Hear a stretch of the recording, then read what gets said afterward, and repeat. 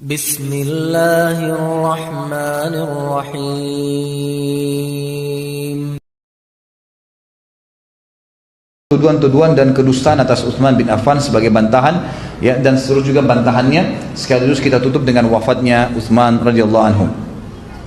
Pertama adalah orang-orang Khawarij menyebarkan berita bahwasanya Utsman bin Affan tidak menegakkan qisas atas Ubaidillah bin Umar yang telah membunuh Hurmuzan, padahal kewajiban qisas dalam masalah tersebut sangat jelas. Jadi Hurmuzan ini itu salah satu orang dari Persia yang merupakan pasukan perang, pimpinan perang. Ya, pada saat dia tahu dia akan dibunuh, dia sempat syahadat, gitu kan? Tapi syahadatnya ini samar, ada yang dengar, ada yang enggak. Ya. Pada saat itu ada seseorang yang bernama Ubaidillah ibn Umar. Ya. Sebagian ulama mengatakannya adanya anaknya Umar bin Khattab, mengambil pedang membunuh Hurmuzan. Nah, tersebarlah isu, ya, gitu. Waktu itu Utsman bin Affan jadi khalifah, dan akhirnya Utsman bin Affan tidak menghakimi karena masih samar, benar nggak orang ini sudah masuk Islam. Tapi Utsman bin Affan akhirnya mengambil keputusan, anggap dia sudah muslim, agar Ubaidillah yang terkenal orang soleh ini tidak dihukum. Caranya adalah membayar dia, membayar denda, kan gitu. Maka Utsman bin Affan mengambil dari hartanya pribadi, lalu kemudian memberikan kepada walinya Hurmuzan, gitu kan, diberikan kepada walinya sebagai pembayaran terhadap Ubaidillah. Itu pun katanya, ya, dikatakan oleh Ibnu Arabi rahimahullah dalam kitab Al-Awasim wal Qawasim, beliau mengatakan sebenarnya kisah yang diukil kepada kita tentang masalah terbunuhnya Hurmuzan ini pun oleh Ubaidillah, ya, adalah sanadnya rancuh atau muttarib, jadi tidak bisa diterima. Ibnu Abdul Bar rahimahullah, seorang ulama itu mengatakan kisah tentang pembunuhan Hurmuzan, Jufainah, dan juga perempuan, anak perempuannya Abu Lu'lu adalah sebuah yang rancuh. Jadi Utsman tidak lakukan itu. Abu Lu'lu ini yang membunuh Umar bin Khattab radhiyallahu anhu, gitu kan. Jadi pada saat terbunuh Umar bin Khattab, waktu Utsman jadi khalifah, tersebar berita Utsman membunuh anaknya Abu Lu'lu karena ayahnya membunuh Umar bin Khattab, dan ini tidak benar. Ibnu Abdul Bar mengatakan Utsman tidak pernah membunuh, karena yang salah ayahnya Abu Lu'lu, dan Abu Lu'lu sudah membunuh dirinya di masjid pada saat sudah membunuh Umar bin Khattab. Jadi sudah selesai ceritanya. Ini tidak benar sebenarnya, gitu kan. Jadi Utsman bin Affan tidak melakukan ini. Syubhat yang pertama. Ini syubhat yang kedua, ini tersebar nih sehingga terbentuklah kelompok-kelompok orang-orang yang bodoh, yaitu orang-orang yang berfaham Khawarij. Siapa itu Khawarij? Orang-orang kelompok yang telah Nabi SAW ingatkan kepada kita akan keluar nanti di tengah-tengah kalian orang-orang yang masih muda-muda umurnya, kalian cemburu dengar Qur'annya, kalian cemburu melihat sholat mereka, tapi mereka keluar dari agama seperti keluarnya lebih cepat daripada anak panah yang keluar dari busurnya. Ya, karena mereka memahami agama ini sesuai dengan zahirnya saja, yang kelihatan saja, gitu kan. Jadi mereka tidak ada ulama berada di situ. Jadi waktu kaum Khawarij ini ada pun, nggak ada kalangan sahabat yang bersama mereka. Jadi tidak ada kalangan sahabat yang bersama mereka. Lalu mereka mengurumuni rumahnya Utsman bin Affan, lalu menuntut beberapa poin, akan saya sampaikan nanti, gitu kan. Mereka nuntut, ujung-ujungnya minta Utsman bin Affan turun dari khalifah, gitu kan. Waktu itu mereka tidak paham, orang tidak kenal Utsman bin Affan nih.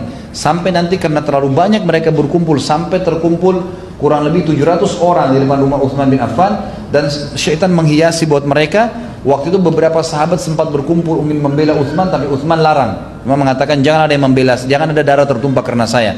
Akhirnya mereka menyelinap masuk pada saat itu dan sempat memotong tangan Utsman bin Affan radhiyallahu anhu dan membunuhnya, ya, dan membunuhnya. Nanti akan kita sebutkan di penutupan bahasan.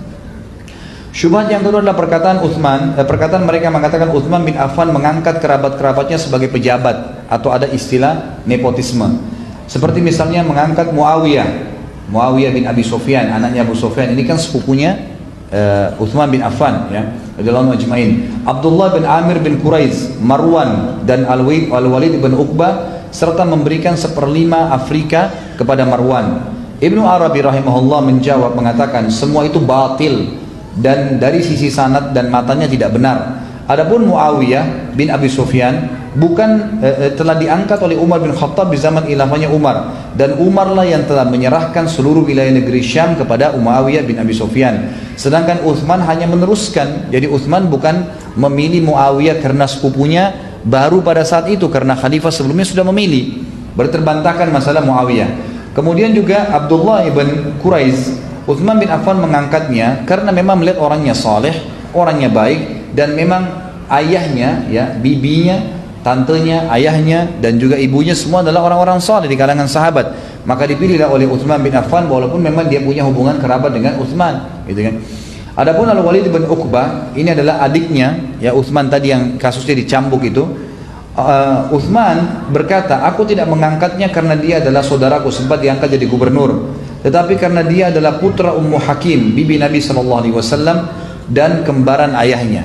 Jadi Ummu Hakim adalah tante Nabi SAW, ya, dan ini adalah anaknya. Maka Utsman bin Affan mengangkat Al-Walid bin Uqbah, ya, sebagai gubernur karena melihat, ya, keturunannya dan juga kesolehannya. Tentu pada saat dia dicambuk oleh Utsman karena dia mabuk, maka dikatakan oleh penulis di sini, diangkat perkataan Ibnu Arabi, Umar bin Khattab juga pernah memberhentikan Sa'ad bin Abi Waqqas. Dia masuk surga zaman khilafahnya, padahal ada orang yang lebih baik, dan digantikan dengan orang yang lebih rendah secara sisi fadilah agamanya, tapi dilakukan oleh Umar bin Khattab radhiyallahu anhu. Marwan yang dikatakan telah diberikan kepadanya, ya, seperlima Afrika, ini berita yang tidak benar sama sekali. Dan Marwan memang adalah seorang ulama tabi'in yang terkenal di kalangan sahabat, hafidh Quran, ulama fakih atau fakihnya para sahabat dan tabi'in pada saat itu. Dan para fuqaha menghormatinya, mempertimbangkan fatwanya, menerima riwayatnya, dan memang dia punya hubungan kerabat sepupunya Utsman. Jadi Utsman pilih justru karena kedudukannya dalam masalah agama. Yang ketiga adalah perkataan mereka mengatakan Utsman bin Affan mengusir Abi Dzar radhiyallahu anhu ke wilayah Rabadha. Jadi ada isu begitu, ya. Memang Abu Dzar keluar ke wilayah Rabadha, ada kisahnya. Sebuah ayat Al-Quran dalam surah At-Taubah yang berbunyi, A'udzubillahi minasyaitonirrajim, walladzina yaknizuna adh-dhahaba wal fiddata wa la yunfikuna fi sabilillah basyirhum bi'adzabin alim. Abi Dzar radhiyallahu anhu punya pendapat sendiri dalam ayat ini, yang artinya orang-orang yang menyimpan emas dan perak dan tidak menginfakkan jalan Allah, maka sampaikan berita azab kepada mereka. Kata Abi Dzar, ayat ini, satu waktu dia pernah ke negeri Syam, ketemu sama Muawiyah bin Abi Sufyan, lalu dia berkata, ayat ini turun kepada ahli kitab, Yahudi dan Nasrani, dan turun kepada kita muslimin. Kata Muawiyah, ayat ini hanya turun kepada ahli kitab, gitu kan? Selisih pendapatlah antara Muawiyah dengan Abi Dzar radhiyallahu anhuma. Lalu Muawiyah sebagai gubernur Syam nulis surat kepada Utsman bin Affan khalifah. Begini pendapat Abi Dzar. Lalu Utsman menulis surat kepada Abi Dzar untuk datang ke Madinah. Datanglah ke Madinah. Lalu Utsman bin Affan tidak bicara sampai Abi Dzar yang berbicara. Abi Dzar mengatakan, wahai Amir Mukminin, apakah anda mengira saya sama dengan orang-orang Khawarij itu, tidak faham tentang ayat Allah? Tidak, demi Allah, saya tetap saya, gitu kan. Dan apapun yang anda perintahkan saya tetap patuh. Saya bukan Khawarij yang keluar dari kepemimpinan Utsman bin Affan. Saya tetap bagian daripada di bawah kepemimpinan anda. Tetapi saya memahami ayat tersebut seperti itu. Kata Utsman, kami pun memanggilmu hai Abi Dzar dengan baik ke sini agar kau bersatu dengan kami, kemudian kami akan berdiskusi secara baik kepadamu dengan ayat tersebut.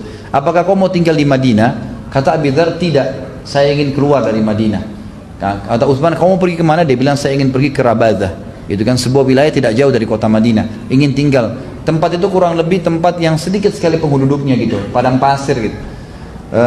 Lalu kata Utsman bin Affan, baiklah kalau kau mau begitu kami izinkan, kalau kau memang minta izin. Karena Abi Dzar bilang saya minta izin, dan kami akan mengirim kepadamu pengembala-pengembala unta zakat untuk lewat di pagi dan sore hari untuk memberikan kepadamu susu yang kau butuhkan, gitu kan. Kata Abi Dzar, saya tidak butuh masalah itu. Maka Abi Dzar pun akhirnya meninggalkan Madinah dan tinggal di Rabadha.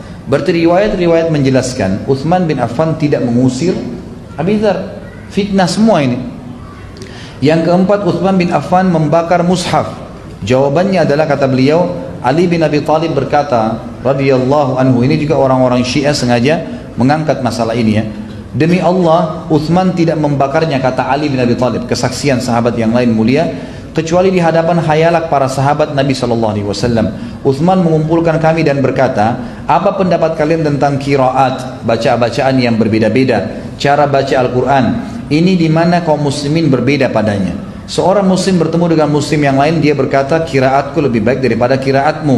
Hal ini menyeret mereka kepada kekufuran, akhirnya bisa nambah-nambah Al-Quran nantinya. Maka kami berkata, lalu apa pendapat anda wahai Amir Mukminin? Utsman berkata, aku ingin menyatukan kaum muslimin di atas satu mushaf, satu tulisan, satu bacaan. Karenanya, jika pada hari ini kalian telah berbeda pendapat, niscaya orang yang setelah kalian, kalau kalian saja sahabat Nabi berbeda, bagaimana dengan orang setelah kalian? Maka para sahabat berkata, sebaik-baik pendapat adalah pendapat anda. Lakukan saja, kami akan setuju dengan itu. Berarti statement yang mengatakan Utsman membakar Al-Quran adalah perbuatan yang salah, ini keliru karena Utsman bermusyawarah dengan para sahabat.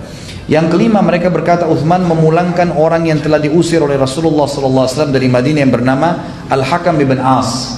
Orang ini memang pernah diusir oleh Nabi SAW dari Madinah karena perilakunya yang tidak baik dan dia murtad dari agama. Dan ini jawabannya adalah tidak benar. Ibnu Taimiyah mengatakan rahimahullah tidak berdasar sama sekali dan tidak memiliki sanad. Jadi ini cuma isu saja. Yang keenam, membagi-bagi pemberian harta zakat. Dan ini juga dibagi oleh Utsman bin Affan. Mereka menyebutkan kisah, mereka mengatakan tidak boleh dibagi-bagi sembarangan harta zakat. Harus dibantah nih Utsman, diturunkan dari khalifah. Maka dijawab juga oleh para ulama, diantaranya Imam Abu Nuaim al-Asbahani rahimahullah. Orang tabi'in mengatakan Utsman lebih mengetahui daripada orang-orang yang mengingkarinya. Jika para pemimpin melihat suatu maslahat bagi rakyatnya, maka mereka berhak melakukannya. Pengingkaran orang-orang yang tidak mengetahui kemaslahatan tidak boleh menjadi hujjah atas orang yang lebih mengetahuinya. Dan di setiap zaman akan selalu ada orang-orang yang tidak mengetahui dan mengingkari kebenaran dari arah yang mereka tidak ketahui. Jadi bantahan ini semua tidak benar dan Utsman bin Affan melakukan yang terbaik. Yang ketujuh adalah tuduhan mereka terhadap Utsman bin Affan bahwasanya memukul Ammar bin Yasir dan Abdullah bin Mas'ud. Dan ini jelas tuduhan adalah yang tidak benar.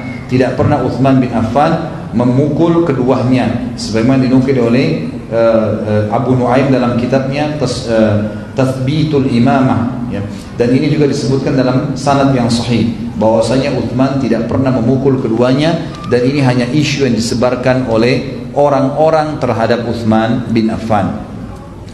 Ibnu Umar sempat membela Utsman sambil berkata, seorang laki-laki dari Mesir datang menunaikan ibadah haji, lalu dia melihat suatu kaum sedang duduk. Dia bertanya, siapa mereka? Orang-orang menjawab, mereka adalah orang-orang Quraisy. Dia bertanya, siapa syekh mereka? Maka orang-orang menjawab, Abdullah bin Umar. Dia berkata lagi kepada Ibnu Umar, wahai Ibnu Umar, aku bertanya kepadamu tentang sesuatu, maka kabarkanlah aku tentang hal itu. Apakah engkau mengetahui bahwasanya Utsman bin Affan lari dari perang Uhud? Ibnu Umar menjawab, iya. Waktu kocar-kacir pasukan, sempat muslimin kan lari. Utsman bin Affan termasuk orang yang lari mundur gitu kan. Semua sahabat pada saat itu seperti itu. Orang ini sengaja ingin mencari kesalahan Utsman karena sudah mulai tersebar isu waktu itu Utsman bin Affan harus dilenserkan karena banyak isu-isu yang tidak benar tentang beliau. Lalu Ibnu Umar mengatakan, betul, iya. Dia bertanya lagi, apakah engkau mengetahui bahwasanya Utsman tidak hadir pada perang Badar? Tadi sudah kita jelaskan karena sedang mengurus Ruqayyah. Ibnu Umar menjawab, iya. Dia bertanya, apakah engkau mengetahui bahwasanya Utsman tidak ikut dalam bai'atur ridwan dan tidak menghadirinya? Ibnu Umar berkata, iya.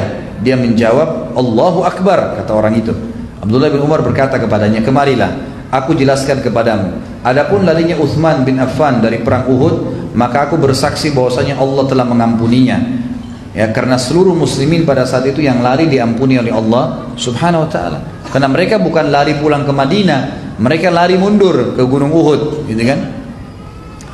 Adapun ketidakhadiran di perang Badar, maka hal itu karena Utsman merawat istrinya Ruqayyah putri Rasulullah SAW yang sedang sakit sesuai dengan perintah Nabi SAW. Dan Nabi sendiri telah bersabda, dan saya ketahui, kata Abdullah bin Umar radhiyallahu anhu ajma'in, innalaka ajru rajulin mimman syahida badran wa sahmuhu. Kepada Utsman bin Affan Nabi bersabda, sungguhnya engkau mendapatkan pahala dan bagian harta rampasan perang seperti orang-orang yang mengikuti Badar. Adapun ketidakhadiran dalam bai'atur ridwan, jadi bai'atur ridwan ini Nabi SAW pernah memanggil kaum muslimin untuk berkumpul di sebuah pohon, gitu kan? Maka seandainya di Mekah ada orang yang lebih mulia daripada Utsman, niscaya Nabi SAW akan mengutus orang itu. Tapi Nabi SAW mengutus Utsman. Bai'atur ridwan terjadi setelah Utsman bin Affan pergi ke Mekah. Maka Rasulullah SAW bersabda, hadihi yadu Utsman, inilah tangannya Utsman. Jadi waktu itu Nabi SAW sempat mengumpulkan pasukan muslimin. Kalau ada sebuah pohon, beliau mengatakan, kumpullah ke sini, ya, untuk melawan pasukan-pasukan di perang Hunain, orang-orang kafir yang akan diserang. Waktu itu Nabi SAW sempat mengutus Utsman, hai Utsman, pergilah ke Mekah, gitu kan? Ya, coba dengan kerjaan tertentu disuruh kerjaan sesuatu, lalu Nabi SAW waktu membaiat, waktu itu meminta baiat dukungan dari para sahabat, meletakkan tangannya, lalu tangan para sahabat ditaruh di atas tangan Nabi SAW. Lalu Nabi SAW mengambil tangan kirinya, meletakkan di tangan beliau sendiri, mengatakan, dan ini tangannya Uthman. Artinya Uthman bin Affan ikut dalam baiat Ridwan. Maka orang tersebut pun tidak bisa berbicara apa-apa. Orang tersebut pun tidak bisa berbicara apa-apa. Beliau mengatakan di sini penulisnya, teguran yang membuat hati meneteskan tangisan darah, bukan air mata. Judulnya begitu. Riwayatnya begini, dari Abu Umamah bin Sahr rahimahullah, beliau berkata, kami bersama Uthman di dalam rumahnya yang telah dikepung oleh orang-orang Khawarij yang berusaha melemparkan isu-isu palsu tentang beliau dan ingin melengsarkan beliau. Di dalam rumah Uthman terdapat sebuah lorong. Siapa yang memasukinya, dia dapat mendengar pembicaraan orang yang ada di atas lantai, maksudnya di atas rumah itu. Uthman memasukinya lalu keluar kepada kami dengan rona wajah yang berubah. Dia berkata, mereka mengancam hendak membunuhku, karena orang-orang dari luar teriak-teriak, wahai Uthman, turunlah, kalau enggak kami akan membunuhmu. Dan ini semua orang-orang tabi'in yang baru masuk Islam, tidak ngerti apa-apa, gitu kan. Sahabat-sahabat yang besar, mulia yang ada saat di Madinah, semua berkumpul di rumah Uthman dan ingin membela, karena mereka merontak, sementara mereka sendiri sahabat merasakan keadilan Uthman. Kata Uthman, mereka mengancam hendak membunuhku. Maka kami berkata, semoga Allah melindungimu dari mereka, wahai Amir Mukminin. Uthman berkata, mengapa mereka hendak membunuhku? Aku telah mendengarkan Rasulullah SAW bersabda, la yahillu damu imri'in muslimin illa bi ihda thalath, kufrun ba'da Islam, au zinan ba'da ihsan, au qatlu nafsin bighairi nafs. Kata Uthman bin Affan, aku mendengarkan Nabi SAW bersabda, darah seorang muslim tidak halal kecuali dengan satu dari tiga alasan: kekufuran setelah Islam, murtad, atau zina setelah pernikahan. Ya, orang kalau sudah nikah, janda atau duda, ataupun memang masih berpasangan tapi berzina, hukumnya dirajam, jadi halal, boleh dibunuh, gitu kan. Dikatakan kekufuran setelah Islam, atau zina setelah pernikahan, atau membunuh jiwa tanpa alasan yang benar. Ini berarti boleh dikisos. Dia membunuh orang memang dengan sebab dendam, marah, emosi, maka itu berarti hukumnya dikisos. Demi Allah, kata Uthman, aku tidak pernah berzina, baik pada masa jahiliyah maupun pada masa Islam. Aku juga tidak ingin mengganti agamaku setelah Allah memberiku hidayah kepadanya. Maksudnya aku tidak akan murtad. Dan aku juga tidak pernah membunuh satu jiwa yang diharamkan untuk dibunuh. Lalu mengapa mereka ingin membunuhku? Gitu kan? Lalu Uthman pernah melihat dari atas jendelanya kepada orang-orang di luar, berkata, bukankah kalian mengetahui hadis Nabi SAW ingin membubarkan orang-orang yang demo nih? Ya. Nabi SAW bersabda, man hafara rumata falahul jannah. Siapa yang membeli sumur rumat, maka dia, atau siapa yang menggali atau membeli maka sumur rumat, dia akan masuk surga. Dan itu saya sudah dapatkan. Bukankah kalian tahu itu? Mereka bilang, iya kami tahu. Lalu Uthman bilang lagi, bukankah Nabi SAW bersabda kepadaku dan kepada sahabat waktu itu, man jahaza jaisyal usrati falahul jannah. Siapa yang menyiapkan pasukan perang Tabuk, maka dia akan masuk surga, dan aku menyiapkan semuanya, serta Nabi SAW memberikan surga bagiku. Bukankah kalian tahu itu? Mereka bilang, iya kami tahu. Maka Uthman berkata, ya Allah, saksikanlah.